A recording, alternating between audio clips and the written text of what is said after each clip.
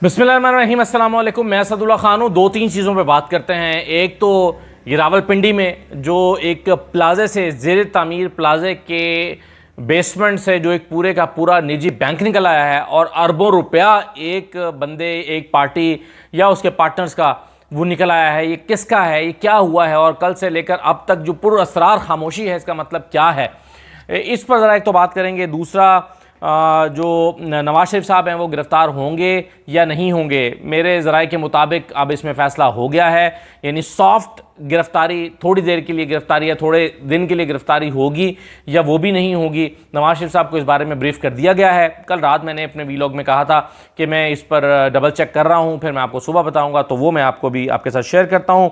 और दूसरा, कल यानी आज जो हलफ उठा लिया है काजी फैसल साहब ने, और कल इस पर पहले ही केस में जो हमारी एक्सपेक्टेशन भी थी उस पर वो सुनने जा रहे हैं। और लेकिन उसमें बड़ी खबर यह है कि वो फुल कोर्ट उन्होंने तश्कील दिया, यानी फुल कोर्ट इस पर सुनेगा। अब फुल कोर्ट का क्या मतलब है, क्योंकि पहले 8 रुकनी बेंच बना हुआ था, तो फुल कोर्ट जो है वो 15 का होगा। तो अब इसमें 8 तो वैसे ही अक्सरियत में होते हैं, तो इस पर बात करते हैं। और परवेज़ इलाही साहब का भी थोड़ा सा जिक्र करता हूँ ज़रा मैं। एक आध चीज़ उनकी जो है वो अपडेट हुई है तो उस पर भी बात करते हैं। लेकिन सबसे पहले ये जो पैसा है ये किसका है। देखिए, रावलपिंडी के ये एक ज़ेर तामीर प्लाज़ा था, बुर्ज नूर गालिबन इसका नाम है। तो बुर्ज नूर का जो बेसमेंट है वहाँ पर कंस्ट्रक्शन का ऐसे मटेरियल रखा हुआ था।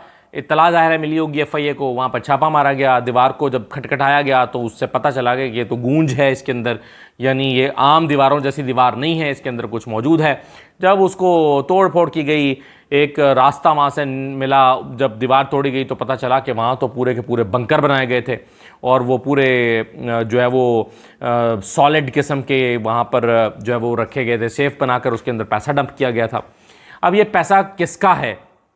अच्छा, अब जो हमारे सोर्सेस से बात सामने आई है वो तो है ये शेख इफ्तिखार साहब का पैसा है, जो रोज़नामा असास के मालिक हैं और अल हरम सिटी के मालिक हैं, और एशिया हाउसिंग सोसाइटी जो है वो इसके मालिक हैं।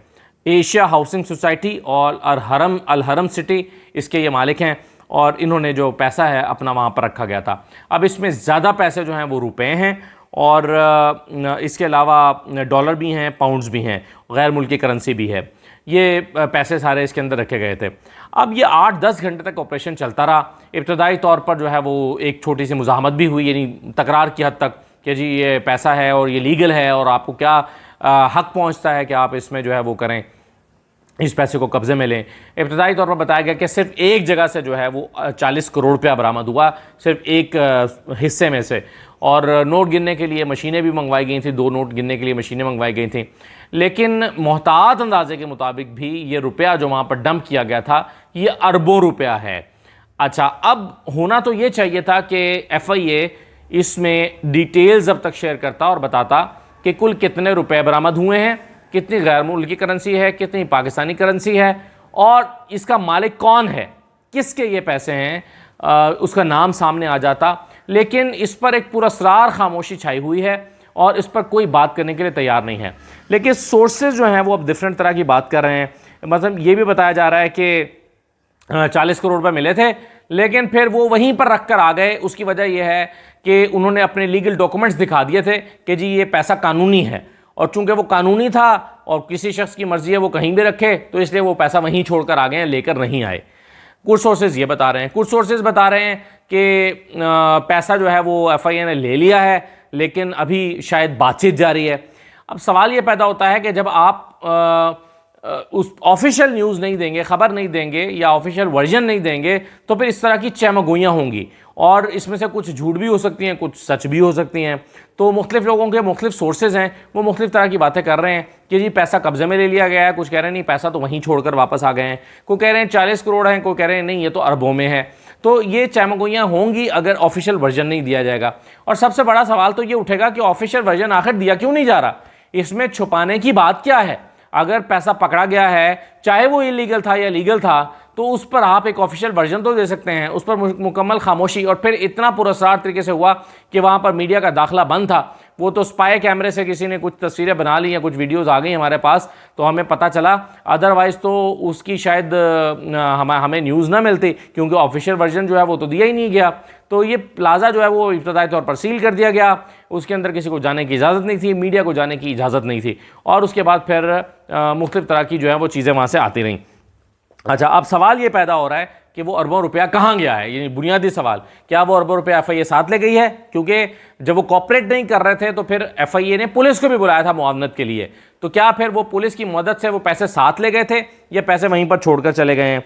और दूसरा ये है कि एक और मैं आपको बात बताता हूँ इसमें कि अल हरम और एशिया सोसाइटी जो है, एशिया हाउसिंग सोसाइटी और अल हरम सिटी, इसके हज़ारों लोग मुतासरीन हैं इस सोसाइटी के, यानी जिन्होंने पेमेंट्स कर दी हुई हैं लेकिन जवाब में उनको जो है वो पेमेंट्स वो कर चुके हैं लेकिन जवाब में उनको प्लॉट्स नहीं मिले और उनको ज़मीन नहीं मिली, तो बहुत सारे लोग इसके मुतासरीन हैं। तो अब आपको अंदाज़ा होगा कि लोगों के पैसे इस तरह जाते हैं, लोग अपने पैसे सोसाइटियों में डालते हैं, अपना खून पेट काट के, खून पसीने की कमाई जो है वो हर महीने अपनी तनख्वाह में से थोड़े थोड़े पैसे बचा के प्लॉट ख़रीदते हैं और समझते हैं कि चलें थोड़ी थोड़ी रकम देते रहेंगे तो 4 साल के बाद हम एक प्लॉट के मालिक बन जाएंगे और फिर वहाँ पर घर बना सकेंगे। लेकिन उसके नतीजे में होता क्या है? उसके नतीजे में होता यह है कि वो पैसे जो हैं वो जाके डंप हो जाते हैं यहाँ पर इसमें इस तरह के तहखानों में, और माल जमा हो जाता है और इन गरीब बेचारों को कुछ भी नहीं मिलता।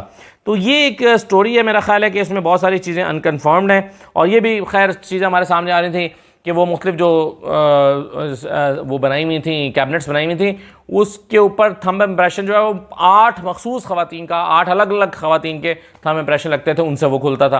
तो बहुत सारी चीज़ें हमारे सामने आ रही हैं, आज अखबारात ने भी इस पर बहुत कुछ लिखा है, लेकिन जाहिर है जब तक ऑफिशियल वर्जन नहीं आता तब तक हमें कुछ भी कंफर्म नहीं होता। लेकिन 12 सोर्सेज बहुत स्ट्रांगली इस बात को तो कंफर्म कर रहे हैं कि शेख इफ्तिखार साहब का पैसा है, जो कि रोज़ाना असास के मालिक हैं, अल हरम सिटी के मालिक हैं, एशिया हाउसिंग सोसाइटी के मालिक हैं, और ख़दशा ये है कि 1-2 और सोसाइटीज़ जो हैं उनके पैसे भी इसमें हो सकते हैं, क्योंकि अगर उनके पैसे भी हैं तो आप समझ लीजिए कि फिर ये एक निजी बैंक टाइप बना हुआ है और उसमें जो है वो बाकी लोगों ने भी एतमाद करके इसमें अपने कुछ पैसे रखवाए। एक आध नाम हमारे सामने और भी आ रहा है, लेकिन चूंकि अभी वो बिल्कुल कंफर्म नहीं है इसलिए मैं उनका नाम शामिल नहीं कर रहा।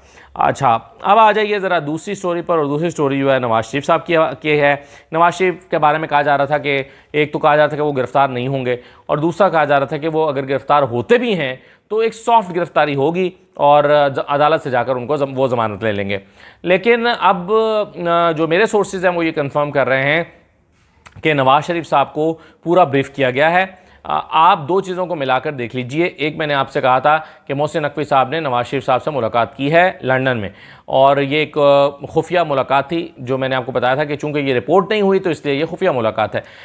ये मुलाकात नवाज शरीफ साहब के साथ 2-3 घंटे की, 2.5 घंटे की मुलाकात हुई थी, तवील मुलाकात हुई थी, उसमें बहुत सारी चीज़ें तय पाई थी, और उसके बाद उसके 3-4 दिन के बाद नवाज शरीफ ने यह ऐलान किया था कि वो लाहौर एयरपोर्ट पर उतरेंगे। अब बाकी मानदा जो चीज़ें थीं वो आज़म नज़ीर तारड़ साहब ने मेरी इत्तलात के मुताबिक पंजाब हुकूमत के साथ फाइनलाइज़ की हैं, और ख़ास तौर पर ये जो नैब वाला मामला आया है उसके बाद उनकी दोबारा सेटिंग्स या मीटिंग्स या मुलाकातें हुई हैं इनकी आज़म नज़ीर तारड़ साहब की, और उन्होंने इस नई डेवलपमेंट के बाद कि सुप्रीम कोर्ट का फैसला आ गया है उस मामले को फिर से देखा है एक दफ़ा, ताकि कोई गड़बड़ ना हो जाए अब इस पे, यानी कि नए केसेस खुल जाएंगे या पुराने केसेस दोबारा खुल जाएंगे तो कहीं ऐसा ना हो कि उसमें कोई गिरफ्तारी का इम्कान हो जाए। तो उस पे ये सारे मामला डिस्कस करने के बाद आज़म नज़ीर तारड़ साहब ने नवाज शरीफ को जो ब्रीफ किया है वो मैं आपको बता देता हूँ, और इसी को आप खबर समझ लीजिए। आज़म नज़ीर तारड़ साहब ने नवाज शरीफ को ब्रीफ ये किया है कि हमें पंजाब हुकूमत महदूद वक्त के लिए हमारी सज़ा को मुअत्तल करेगी, जो कि उसका इख्तियार है, यानी 1 दिन के लिए या 2 दिन के लिए हमारी सज़ा को मुअत्तल कर देगी, और हमें वक्त देगी कि हम जाकर अदालत से अपनी ज़मानत हासिल कर सकें। यानी पंजाब हुकूमत जिसके पास सज़ा मुअत्तली का इख्तियार मौजूद है वो नवाज शरीफ की सज़ा को मुअत्तल करने का महदूद इख्तियार इस्तेमाल करेगी, यानी महदूद मुद्दत के लिए अपना इख्तियार इस्तेमाल करेगी। 2 दिन के लिए हो सकता है और या 1 दिन के लिए हो सकता है, और फ़ौरन नवाज शरीफ साहब जो हैं वो अदालत के रूबरू पेश होकर अपनी ज़मानत हासिल करेंगे, तो यूँ पंजाब हुकूमत की तरफ से उनको ये फैसिलिटेट किया जाएगा। ये बात नवाज शरीफ साहब को उनकी कानूनी टीम की तरफ से बता दी गई है कि इस तरह से मामला होंगे और नवाज शरीफ साहब जो हैं वो अब आसानी के साथ वापस आ सकते हैं। लेकिन इसके बावजूद नवाज शरीफ साहब, मैं आपको परसों भी बता रहा था 2-3 दिन पहले कि नवाज शरीफ साहब खौफ का शिकार हैं और जब कोई कहता है कि नवाज शरीफ के लिए ट्रैप तैयार है, उनको बुलाया जा रहा है और फिर उनको गिरफ्तार कर लिया जाएगा, जब भी कोई एंकर या जर्नलिस्ट इस तरह की बात करता है तो नवाज शरीफ फ़ौरन उस पर अपने कान खड़े करते हैं और अपने करीबी साथियों से कहते हैं ये इससे पूछो जाकर कि ये क्या कह रहा है और ये क्यों कह रहा है, इसके पास क्या खबरें हैं। तो नवाज शरीफ साहब जो हैं, इससे महसूस होता है कि थोड़े घबराए हुए या डरे हुए भी हैं या वापसी के लिए उतने कॉन्फिडेंट नहीं हैं कि हाँ 100% चीज़ें ठीक होगी उनके जाने पर। तो क्योंकि डेवलपमेंट इतनी तेज़ी के साथ हो रही हैं और मामला इतनी तेज़ी के साथ अपना रुख बदलते हैं रोज़ाना कि उससे नवाज शरीफ साहब का जो इरादा है वो मुतज़लज़ल हो जाता है। तो ये कुछ चीज़ें वहाँ पर लंदन में चल रही थी, वो मैंने सोचा कि आपके साथ मज़ीद शेयर कर लूँ। एक आज बड़ी इंपॉर्टेंट डेवलपमेंट हुई है और वो हुई है कि काजी फैसल साहब ने हलफ उठाने के बाद एक फुल कोर्ट तश्कील दिया है जो प्रैक्टिस एंड प्रोसीजर बिल का केस की समाअत करेगा और कल करेगा।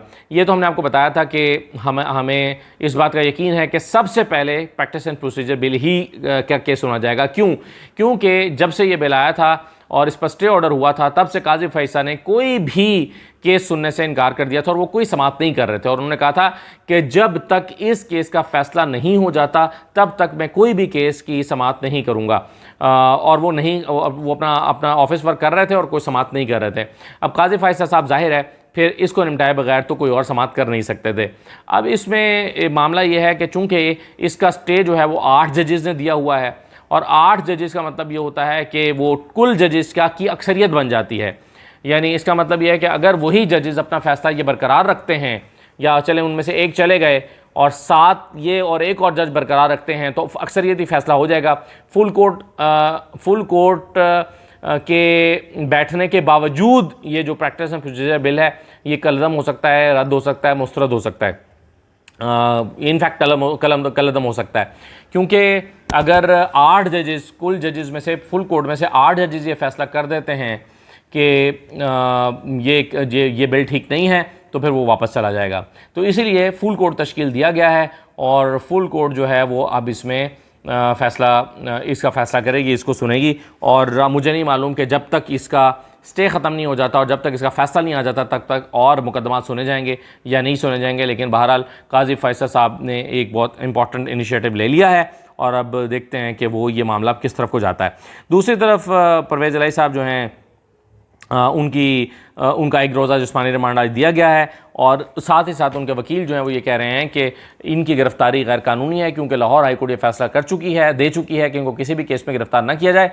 और पहले तो इस्लामाबाद हाई कोर्ट ने बहाना बना लिया कि जी लाहौर हाई कोर्ट का ऑर्डर हम पे नहीं चलता तो हमने इसलिए पकड़ लिया, तो वो इनको इस्लामाबाद ले आए थे। लेकिन अब तो वो वापस लाहौर चले गए और वापस लाहौर जाने के बाद तो लाहौर हाई कोर्ट का वो ऑर्डर इंप्लीमेंट होता है जिसमें वो कहते हैं कि जी इनको किसी भी केस में गिरफ्तार ना किया जाए। इसके बावजूद उनको अगर गिरफ्तार किया गया है तो ये तौहीन अदालत बनती है। तो उनके जो वकील हैं राना इंतज़ार साहब, वो कल अदालत के सामने पेश होकर तौहीन अदालत की दरख्वास्त डालेंगे और जो है वो फिर ये मामला पता चलेगा कि इनको हिरासत में रखना कानूनी है या गैर कानूनी है परवेज़ इलाही साहब को। तो ये कुछ अपडेट्स दीजिए, इजाज़त दीजिए, अल्लाह हाफ़िज़।